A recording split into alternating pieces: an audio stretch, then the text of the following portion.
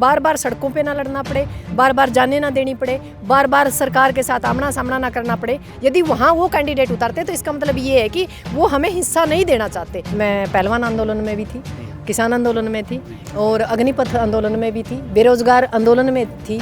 जो दर्द है मैंने नज़दीक से महसूस किया है और उस दर्द का इलाज वही कर सकता है जो उसको महसूस कर सकता है। हमारे पास पाने के लिए बहुत कुछ है, खोने के लिए कुछ नहीं है। भई अच्छाई बुराई जो पहल करने वाले लोग हैं उन्हीं के सिर पे होती है। हम इलेक्शन लड़ेंगे 100 की 100, कोई दिक्कत नहीं है, क्योंकि मुद्दा लगाना हमारी मजबूरी है। जो जहाँ से भगत सिंह ने एक किताब का पर्चा मोड़ा था ना, उससे आगे की लड़ाई हमने शुरू कर दी है आज। क्योंकि मैंने 2 सांप पकड़ रखे हैं, एक तो दुष्यंत, एक महला चौधरी वीरेंद्र सिंह। हरियाणा की राजनीति में आज से एक नया अध्याय शुरू होने जा रहा है। किसान संगठनों की तरफ से अपने अपने उम्मीदवार आज के दिन घोषित किए जाने की एक तरीके से नींव रख दी गई है। मेरे साथ डॉक्टर सिक्किम नैन स्योकन जी है। मैडम जी, आज मीटिंग हुई है, किसान संगठनों के प्रतिनिधि भी थे, खाप चौधरी भी थे।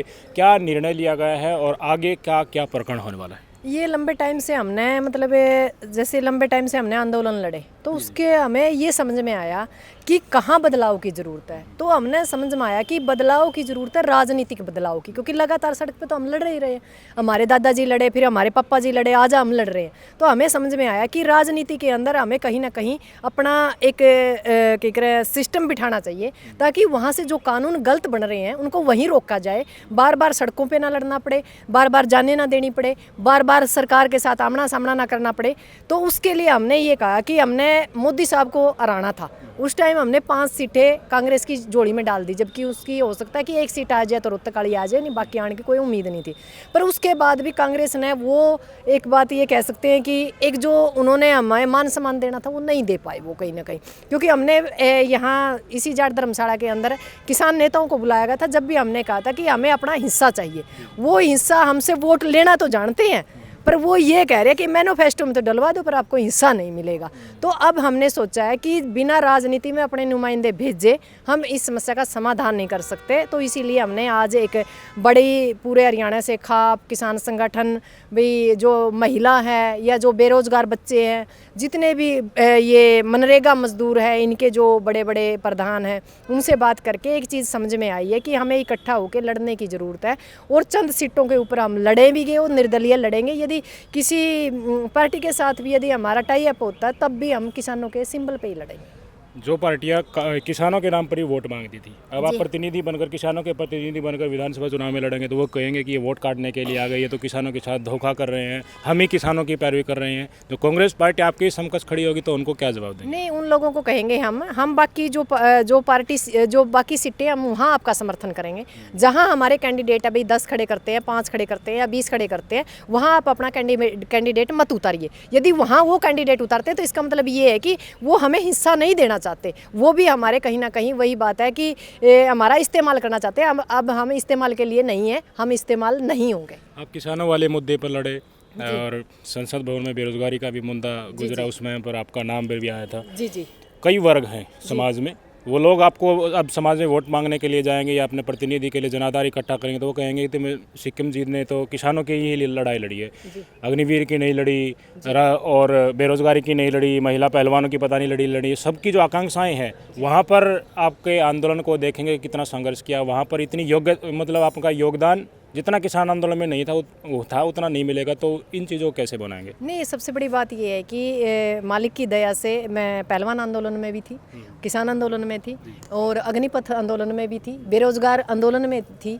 जो हमारी साथी जिसने बम विस्फोट करने का काम किया, मतलब वहाँ कलर बम फोड़ने का काम किया, नीलम आज़ाद, उसकी पैरवी आज भी मैं कर रही हूँ। जबकि वो लड़की BC समाज की है, पर उसकी पैरवी आज मैं कर रही हूँ। तो क्यों कर रही हूँ? क्योंकि मुझे दर्द है किसान का, मजदूर का, महिला का, बेरोजगार लोगों का। जो दर्द है मैंने नज़दीक से महसूस किया है और उस दर्द का इलाज वही कर सकता है जो उसको महसूस कर सकता है। आज आपने एक नींव रख दी है, आगे और भी किसान संगठन सम्मिलित हो सकते हैं, खाप पंचायतों का भी आपको आशीर्वाद मिल सकता है, मनरेगा वाले भी, मजदूर संगठन भी आपके साथ आ सकते हैं। दर्शकों को बताइए कि आपके साथ भविष्य में कौन कौन से संगठन आ सकते हैं और मान लीजिए किसी ने आपका विरोध भी किया तो उसको कौन सी कमेटी हैंडल करेगी, क्या संगठन में बड़ा बदलाव होगा, कौन कौन संगठन में शामिल होंगे? सबसे बड़ी बात यह है कि हरियाणा का कोई भी संगठन, कोई भी खाप हमने छोड़ी नहीं है, हर से संपर्क किया है। सबने कहा कि भी हम इलेक्शन लड़े ना लड़े पर आपको समर्थन रहेगा। जो लड़ने वाले कैंडिडेट होगा उसका कोई भी किसान संगठन या कोई खाप या कोई भी मजदूर संगठन बाईकाट नहीं करेगा। यदि बाईकाट करता करता है और वो किसी पार्टी को समर्थन देता है तो सीधी सी बात है उसके चेहरे से नकाब उतर जाएगा कि कौन असली किसान है, कौन असली मजदूर है और असली महिला कौन है और कौन समाज के लिए लड़ रहा है और कौन समाज को गुमराह कर रहा है। और दूसरी बात, उनको हैंडल करने की ऐसी कोई दिक्कत आएगी नहीं, क्योंकि आज हम यदि राजनेताओं को नकेल कसने का काम कर रहे हैं तो आज ये मान लो किसान नेताओं को भी नकेल कस रहे हैं। अब वो इस दुविधा में है कि उन्होंने घर के अंदर तो हमें कह दिया हम आपके साथ हैं, हमारे लिए ये ज़रूरत की चीज़ है और आप पहल करो, हम आपके साथ हैं। पर आज वो हो सकता है किसी प्लेटफार्म पे आने से डर रहे हैं और आज वो प्लेटफार्म पे तो डर रहे हैं आने से, चलो काम चल गया, उनके अंदर खाते समर्थन दे दिया ना, वो हमारे खिलाफ बोलेंगे। पर यदि वो किसी पार्टी का समर्थन करते हैं तो वो बेनकाब होंगे।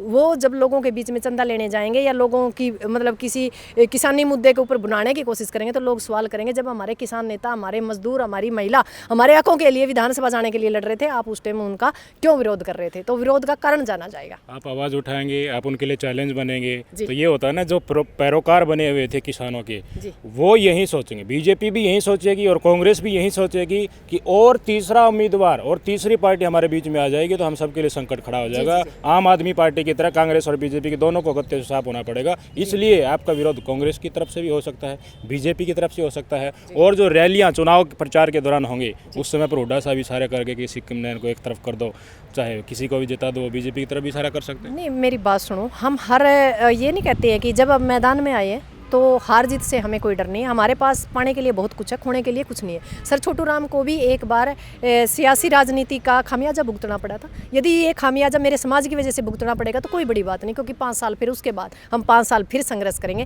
क्योंकि सत्य कभी हारता नहीं, वो जीतता है। सत्य एक दिन जीतेगा और एक दिन सिक्किम जैसी हजारों महिलाएं विधानसभा का रुख करेंगी। और मुझे नहीं लगता कि वो लोग हो सकता स्टेज से बाइकाट कर दे। मेरे समाज के अंदर जो मैंने काम किया, जो समाज के अंदर मैंने लोगों के दिलों के अंदर जो मैंने एक प्यार मेरे लिए जगाया, मुझे नहीं लगता वहाँ मुझे हारने की जरूरत। रोनी जी भी 90 सीटों के ऊपर अपने उम्मीदवार उतारने का ऐलान कर चुके हैं। ये तो असमंजस नहीं हो जाएगा कि किसको हम असली किसान संगठन माने? नहीं, सबसे बड़ी बात यह है कि जो हमारे गुरुनाम जी हैं वो संयुक्त मोर्चे का हिस्सा थे आंदोलन में, उसके बाद वो बाहर चले गए थे और उनकी एक पार्टी है, किसानों की कोई पार्टी नहीं है। जो अन्य संयुक्त मोर्चा रह गया उसकी कोई पार्टी नहीं है। हम सिर्फ एक्सपेरिमेंट कर रहे हैं, यानी हम कोशिश कर रहे हैं।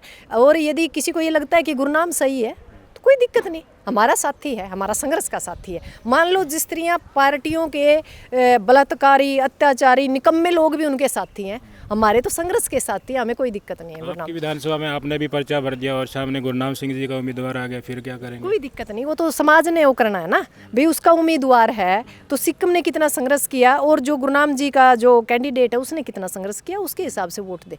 हमें किसी से कोई समस्या नहीं है और पर ऐसी कोई समस्या होनी नहीं है, क्योंकि आने वाले टाइम में अभी समीकरण बदलेंगे।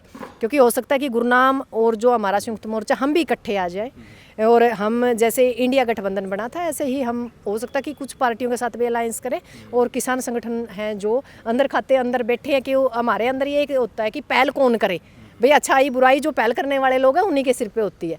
तो वो अभी देख रहे हैं क्या रिजल्ट आएगा। यदि रिजल्ट बढ़िया आता नज़र आएगा ना, जो किसान संगठन है या जो खापे हैं या जो सिस्टम घर बैठा है वो हमसे पहले लाइन में खड़े पाएंगे। आखिरी बात ये पूछना चाहूँगा, 100% मन बनाकर और पूरे तामझाम से राजनीतिक कदम रख दिया है या फिर इसमें कुछ ही बट होने वाला सोचेंगे? फिर से ही बट नहीं है, पर ये है कि यदि हमें ये लगता है कि हमारी वजह से बीजेपी जीत रही है तो हम कदम पीछे रखेंगे, नहीं तो हम इलेक्शन लड़ेंगे 100 की 100, कोई दिक्कत नहीं है। क्योंकि पौधा लगाना हमारी मजबूरी है। चरण सिंह, छोटू राम और देवीलाल ने जो पौधे लगाए थे वो ख़राब हो चुके हैं और ख़राब पौधों को हम दोबारा नहीं उगा सकते, तो नई पौध लगानी पड़ेगी। हमें दोबारा से अम्बेडकर पैदा करना पड़ेगा, हमें दोबारा से भगत सिंह पैदा करना पड़ेगा, हमें दोबारा से सुभाष चंद्र बोस, जो भगत सिंह के अधूरे, जो हमारे शहीदों के जो अधूरा सपना है ना, जो जहाँ से भगत सिंह ने एक किताब का पर्चा मोड़ा था ना, उससे आगे की लड़ाई हमने शुरू कर दी है आज। डॉक्टर सिक्किम जी को आपने सुना, काफ़ी किसान संगठनों के, खाप पंचायतों के मौजूद संगठनों के प्रतिनिधि मौजूद थे। सब ने एकजुट होकर यही निर्णय लिया है कि हमारी हिस्सेदारी होनी चाहिए, राजनीतिक भागीदारी होनी चाहिए। सिक्किम जी से हमने हर सवाल के जो आपके मन में उठ सकते हैं उनके जवाब जानने की कोशिश करी। भविष्य में भी मुलाकात होंगी और जब प्रतिनिधि बनकर जाएंगी तो तब भी इनके चुनावी क्षेत्र में हम जाएंगे कवरेज करने के लिए। सिक्किम जी के विचार कैसे लगे और किसानों की भागीदारी का ये कदम आपको कैसा लगा और क्या भविष्य हो सकता है, समाज कितना साथ दे सकता है, कमेंट करके जरूर बताइए। नमस्कार, धन्यवाद।